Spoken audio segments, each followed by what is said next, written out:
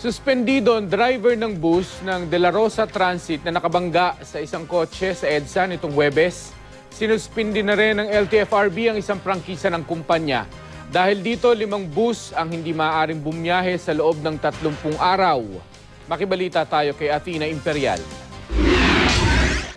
Sinuspindi ng LTFRB ang 5 bus sa isang prangkisa ng De La Rosa Transit matapos mabangga ng isang bus nito ang isang Toyota Vios sa EDSA noong Huwebes, February 5.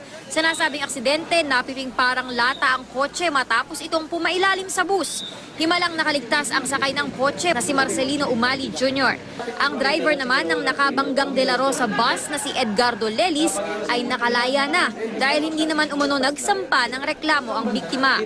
30 araw ang suspensyong ipinataw ng LTFRB sa 5 bus ng De La Rosa Transit. Kukunin din ng LTFRB ang plaka ng 5 bus. Grounded naman ang 79 sa 84 na bus sa fleet ng De La Rosa bus sa Binyan, Laguna habang iniinspeksyon ng LTFRB. Makapapasada pa rin naman ang mga bus na ito pagkatapos ng inspeksyon. Napansin sa inspeksyon sa ilang bus unit ng LTFRB ang mga sirang seatbelts. Kailangan daw itong ayusin para na rin sa kaligtasan ng driver at mga pasahero. Pinulong ni LTFRB Chairman Winston Hines sa mga driver ng De La Rosa Bus Transit. Lahat kayo ay mag-undergo ng drug testing. Gusto nyo ba mag-undergo ng drug testing? Huwag kayong iinom ng suka, ha? Surprise po yun. Magkakaroon din ho tayo ng road safety seminar. Napag-usapan sa pagpupulong ang pagkakaroon ng fixed salary ng bus drivers.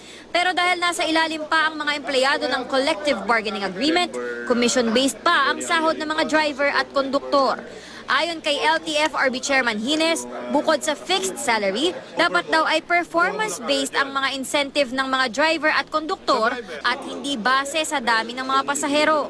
It's a way of circumventing the avowed policy ng circular na dapat nakakasiguro na yung driver nung kanyang iuwi sa kanyang pamilya at hindi na siya makikipagulahan, mapatagalan doon sa mga bus stops para makakuha ng mga driver na nagiging resulta ng traffic, recklessness at ng mga aksidente. Samantala, ang driver naman na si Edgardo Lelis ay di pa raw nagre-report sa opisina ng De La Rosa Transit. Sa pangyayari yan, magkukusala siyang, kung hindi man namin sabihin, pero magkukusala siyang mag-represent sa appearance ng driver.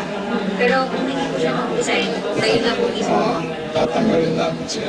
Athena Imperial, GMA News.